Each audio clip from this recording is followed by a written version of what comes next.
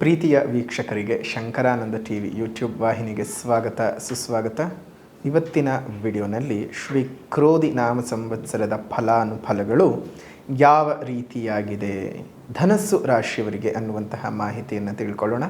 ಅದಕ್ಕಿಂತ ಮುಂಚಿತವಾಗಿ ಯಾರಾದರೂ ಶಂಕರಾನಂದ ಟಿವಿ ಯೂಟ್ಯೂಬ್ ವಾಹಿನಿಯನ್ನು ಸಬ್ಸ್ಕ್ರೈಬ್ ಮಾಡಿಲ್ಲ ಅಂದರೆ ಸಬ್ಸ್ಕ್ರೈಬ್ ಮಾಡ್ಕೊಳ್ಳಿ. ಪಕ್ಕದಲ್ಲೇ ಇರುವಂತಹ ಬೆಲ್ ಐಕಾನ್ ಒತ್ತಿ, ಅದರಿಂದ ನೆಕ್ಸ್ಟ್ ಅಪ್ಲೋಡ್ ಮಾಡುವಂತಹ ವಿಡಿಯೋಗಳು ನಿಮಗೆ ನೋಟಿಫಿಕೇಷನ್ನ ಮುಖಾಂತರ ಬಂದು ತಲುಪತ್ತೆ. ಹೊಸ ಹೊಸ ಮಾಹಿತಿಗಳನ್ನು ತಿಳ್ಕೊಳ್ಳೋದಕ್ಕೆ ಸಾಧ್ಯವಾಗುತ್ತೆ ಅಂತ ತಿಳಿಸ್ತಾ, ಶ್ರೀ ಕ್ರೋಧಿ ನಾಮ ಸಂವತ್ಸರ ಅಂದರೆ ಯುಗಾದಿ ಹಬ್ಬ ನಮ್ಮೆಲ್ಲರಿಗೂ ಹೊಸ ವರ್ಷ. ತಮ್ಮೆಲ್ಲರಿಗೂ ಹೊಸ ವರ್ಷದ ಹಾರ್ದಿಕ ಶುಭಾಶಯಗಳನ್ನು ತಿಳಿಸ್ತಾ, ಹೇಗಿರಬಹುದು ನಮಗೆ ಈ ವರ್ಷದ ಫಲಾನುಫಲಗಳು ಧನಸ್ಸು ರಾಶಿಯವರಿಗೆ ನೋಡೋಣ. ಇಲ್ಲಿ ವರ್ಷದ ಭವಿಷ್ಯವನ್ನು ನೋಡುವ ಸಲುವಾಗಿ ಎರಡು ಗ್ರಹಗಳನ್ನು ನಾವು ಪ್ರಮುಖವಾಗಿ ಲೆಕ್ಕಕ್ಕೆ ತೆಗೆದುಕೊಳ್ಳುತ್ತೇವೆ. ಮೊದಲನೇದಾಗಿ ಗುರು, ಎರಡನೇದಾಗಿ ಶನಿ. ನಿಮ್ಮ ರಾಷ್ಟ್ರಾಧಿಪತಿಯಾಗಿರ್ತಕ್ಕಂಥವನೇ ಗುರು ಈ ವರ್ಷ ಯಾಕೋ ನಿಮ್ಮ ಕೈ ಹಿಡಿಯಲ್ಲ. ಷಷ್ಠ ಸ್ಥಾನಕ್ಕೆ ಪ್ರವೇಶ ಮಾಡ್ತಾ ಇರ್ತಕ್ಕಂಥದ್ದು, 6ನೇ ಮನೆಗೆ ಹೋಗ್ತಾನೆ.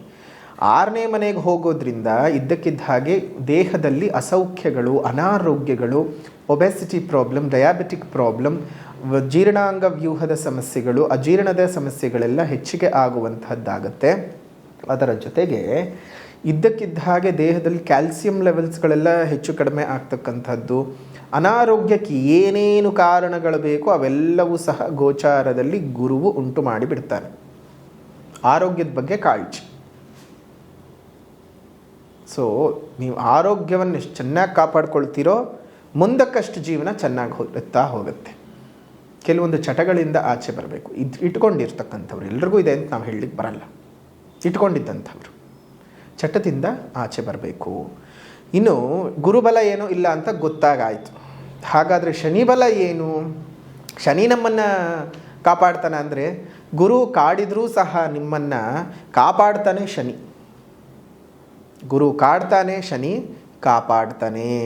3ನೇ ಮನೆಯಲ್ಲಿ ಇರತಕ್ಕಂತಹ ಶನಿ ತನ್ನ ಸ್ವಕ್ಷೇತ್ರ 3ನೇ ಮನೆ ಧನಸ್ಸು ರಾಶಿಯಿಂದ 3ನೇ ಮನೆಯಲ್ಲಿ ಕುಂಭರಾಶಿಯ ಒಳಗಡೆ ಇದ್ದು ಅತ್ಯುತ್ತಮವಾದಂತಹ ಶುಭದ ಫಲಗಳನ್ನು ಅನುಭವಿಸೋಕ್ಕೆ ಕಾರಣೀಭೂತನಾಗಿರ್ತಾನೆ. ರಾಜಕಾರಣಿಗಳಿಗೆ ಬಹಳ ಯಶಸ್ಸು, ರಾಜಕೀಯ ಕ್ಷೇತ್ರದಲ್ಲಿ ಇರ್ತಕ್ಕಂಥವರಿಗೆ ಯಶಸ್ಸು, ನಿಮ್ಮ ಆಸೆಗಳು ಪೂರ್ಣ ಆಗ್ತಕ್ಕಂತಹ ಒಂದು ಸುಸಂದರ್ಭಗಳು ಉಂಟಾಗ್ತಕ್ಕಂಥದ್ದು, ಉದ್ಯೋಗ, ವ್ಯಾಪಾರ, ವ್ಯವಹಾರದ ಸ್ಥಳಗಳಲ್ಲೆಲ್ಲ ಅತ್ಯುತ್ತಮವಾದಂತಹ ವಾತಾವರಣವನ್ನು ನೀವು ನೋಡ್ತೀರಿ. ಬಟ್ ಆದರೆ ಆರೋಗ್ಯ ಜಾಗ್ರತೆ. ಆರೋಗ್ಯ ಎಷ್ಟು ಚೆನ್ನಾಗಿ ಕಾಪಾಡ್ಕೊಳ್ತೀರೋ ಇನ್ನು ಮಿಕ್ಕಿದ್ದನ್ನೆಲ್ಲವೂ ನಿಮ್ಮ ಹತ್ರ ಆರಾಮಾಗಿ ಬಂದು ಸೇರ್ತಾ ಇರುತ್ತೆ. ಆರಾಮವಾಗಿ ಬಂದು ಸೇರ್ತಾ ಇರುತ್ತೆ, ನೀವು ತಗೋತಾ ಇರಬೇಕು ಅಷ್ಟೇ.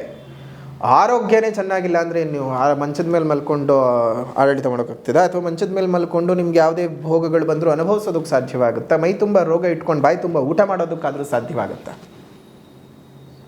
ಸೊ ಆರೋಗ್ಯ ತುಂಬಾ ಕಾಪಾಡಿಕೊಳ್ಳೋದು ತುಂಬ ಮುಖ್ಯ.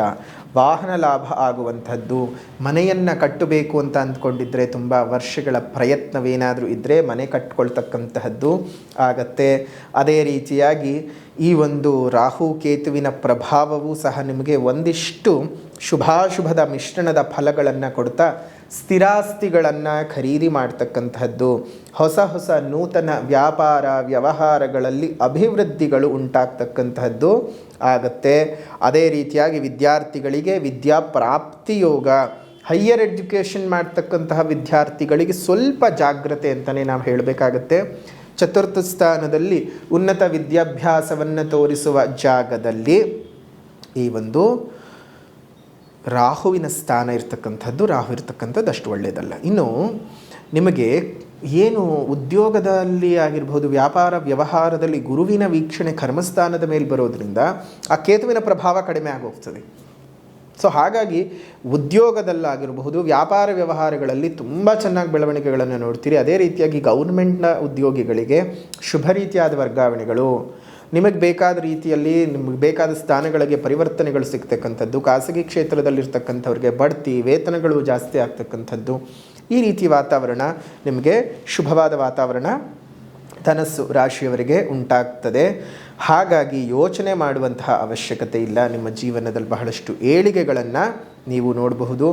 ಗುರುಬಲ ಇಲ್ಲ, ಆದರೆ ನಿಮಗೆ ಶನಿಯ ಬಲವಿದೆ. ಹಾಗಾಗಿ 8ನೇ ತಾರೀಕು 5ನೇ ತಿಂಗಳು 2024 ನಡೆಯತಕ್ಕಂತಹ ಶ್ರೀ ಲಲಿತಾ ಮಹಾಯಾಗದಲ್ಲಿ ಶ್ರೀರಂಗಪಟ್ಟಣದಿಂದ ಮೈಸೂರಿಗೆ ಹೋಗುವ ರಸ್ತೆಯಲ್ಲಿರ್ತಕ್ಕಂಥ ಕಾವೇರಿ ನದಿಯ ದಡದಲ್ಲೇ ಗೌತಮ ಮಹರ್ಷಿಗಳು ಸ್ಥಾಪನೆ ಮಾಡಿರ್ತಕ್ಕಂತಹ ಪುರಾತನವಾದಂತಹ ದೇವಸ್ಥಾನ, ಸುಮಾರು 700 ವರ್ಷಕ್ಕೂ ಹೆಚ್ಚಿನ ಇತಿಹಾಸವನ್ನು ಹೊಂದಿರತಕ್ಕಂತಹ ಆ ಲಕ್ಷ್ಮೀ ನರಸಿಂಹಸ್ವಾಮಿ ದೇವಸ್ಥಾನದ ಆವರಣದಲ್ಲಿ ವಿಶೇಷವಾದಂತಹ ಲಲಿತಾ ಮಹಾಯಾಗವನ್ನು ಮಾಡಬೇಕು. ಅದು ಚೈತ್ರ ಅಮಾವಾಸ್ಯೆಯ ಪ್ರಯುಕ್ತವಾಗಿ ಚೈತ್ರ ಅಮಾವಾಸ್ಯೆಯ ದಿನದಂದೇ ಮಾಡಬೇಕು ಅಂತ ಹೇಳಿ ಸಂಕಲ್ಪ ಮಾಡಿಕೊಂಡಿದ್ದೇವೆ.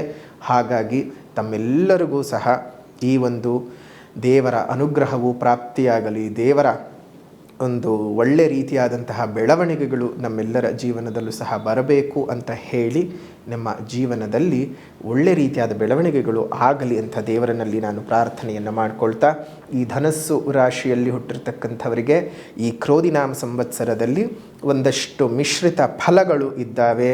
ಹಾಗಾಗಿ ಒಂದಿಷ್ಟು ಪರಿಹಾರದ ಕಾರ್ಯಗಳನ್ನು ಮಾಡಿಕೊಳ್ಳಲೇಬೇಕು. ನಿಮಗಿರುವಂತಹ ಯಾವುದೇ ರೀತಿಯಾದಂಥ ಲೋಪದೋಷಗಳನ್ನು ನಿವಾರಣೆ ಮಾಡಿಕೊಳ್ಳೋದಕ್ಕೂ ಸಹ ಸಾಧ್ಯವಾಗ್ತದೆ ಈ ಒಂದು ಲಲಿತಾ ಮಹಾಯಾಗದಿಂದ. ದೇವರ ಆಶೀರ್ವಾದ ತಮ್ಮೆಲ್ಲರ ಮೇಲೂ ಇರಲಿ, ದೇವರ ಕೃಪೆಯು ತಮ್ಮೆಲ್ಲರಿಗೂ ಸಹ ಇರಲಿ ಅಂತ ಕೇಳ್ಕೊಳ್ತಾ, ಈ ಒಂದು ಪರಿಹಾರದ ವಿಭಾಗ ಅಂತ ಬಂದ ಸಂದರ್ಭದಲ್ಲಿ ಸಾಮಾಜಿಕ ಪರಿಹಾರ, ನೀವು ಈ ವರ್ಷ ಮಾಡಿಕೊಳ್ಬೇಕಾಗಿರುವಂತಹ ಸಾಮಾಜಿಕ ಪರಿಹಾರ ಪ್ರತಿ ವಿಡಿಯೋನಲ್ಲೂ ಹೇಳುವ ಹಾಗೆ ಗಿಡಗಳನ್ನು ನೆಟ್ಟು ಪೋಷಣೆ ಮಾಡಿ, ಗಿಡ ಮರಗಳನ್ನು ಬೆಳೆಸಿ, ಸಾಧ್ಯವಾದ ಕಡೆ ಪ್ರಕೃತಿಯನ್ನು ಕಾಪಾಡಿ, ಪ್ರಕೃತಿಯನ್ನು ಉಳಿಸ್ಕೊಳ್ಳೋಣ, ಪ್ರಕೃತಿಯನ್ನು ಬೆಳೆಸೋಣ. ಇನ್ನು ಮುಂದಿನ ಜೀವನಕ್ಕೆ, ಮುಂದಿನ ಪೀಳಿಗೆಗೆ ಒಂದಿಷ್ಟು ಹಸಿರನ್ನು ಉಳಿಸಿ ಮುಂದಿನ ಪೀಳಿಗೆಯ ಉಸಿರನ್ನು ಕಾಪಾಡೋಕ್ಕೆ ಪ್ರಯತ್ನ ಮಾಡೋಣ. ನಿಮ್ಮ ಮನೆ ಮುಂದೆ ಮತ್ತು ಮೇಲ್ಭಾಗದಲ್ಲಿ ಒಂದೊಂದು ಸಣ್ಣ ಸಣ್ಣ ಕುಂಡಗಳಲ್ಲಿ ನೀರನ್ನು ಇಡ್ತಾ ಬನ್ನಿ. ಅದರಿಂದ ಮುಂದಿನ ಪೀಳಿಗೆಗೆ, ಮುಂದಿನ ಪ್ರಾಣಿಯ ಪೀಳಿಗೆಗೆ ಅವರ ಜೀವವನ್ನು ಉಳಿಸಿದಂತಹ ಪುಣ್ಯದ ಫಲ ನಿಮಗೇ ಸಿಗುತ್ತೆ.